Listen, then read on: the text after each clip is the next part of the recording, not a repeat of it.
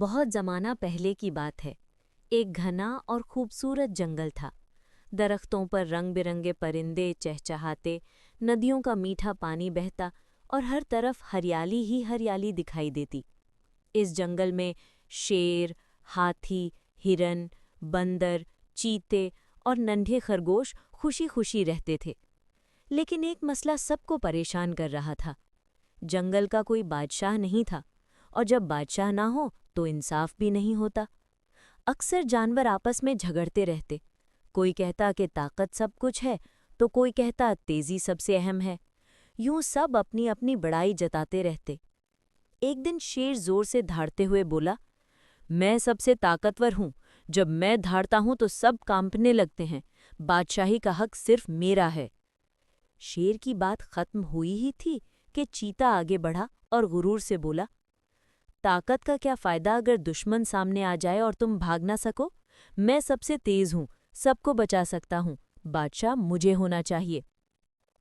یہ سن کر ہاتھی نے اپنی سونڈ زور سے بجائی اور بولا، نہ صرف طاقت چاہیے، نہ صرف رفتار، بادشاہ کو عقل مند بھی ہونا چاہیے، اور عقل اور طاقت دونوں مجھ میں ہیں، اس لیے بادشاہ تو صرف میں بن سکتا ہوں۔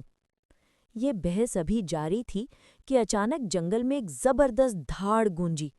آواز اتنی رعبدار تھی کہ درخت ہلنے لگے، پرندے اڑ گئے اور سب جانور کانپتے ہوئے ادھر ادھر دیکھنے لگے۔ سامنے سے ٹائیگر کنگ آ رہا تھا۔ اس کی آنکھوں میں روشنی اور چال میں ایسا دبدبا تھا کہ سب خاموش ہو گئے۔ ٹائیگر کنگ نے قریب آ کر کہا، بادشاہی نہ تو دھاڑنے سے ملتی ہے، نہ رفتار سے، اور نہ ہی صرف طاقت سے۔ بادشاہ وہ ہے جو سب کا خیال رکھے، کمزور کی حفاظت کرے اور جنگل میں انصاف قائم کرے۔ جانور ایک دوسرے کو دیکھنے لگے۔ کچھ نے سرگوشی کی کہ شاید یہ بھی صرف اپنی بڑائی دکھا رہا ہے۔ اس پر انہوں نے فیصلہ کیا کہ ٹائیگر کنگ کا امتحان لیا جائے۔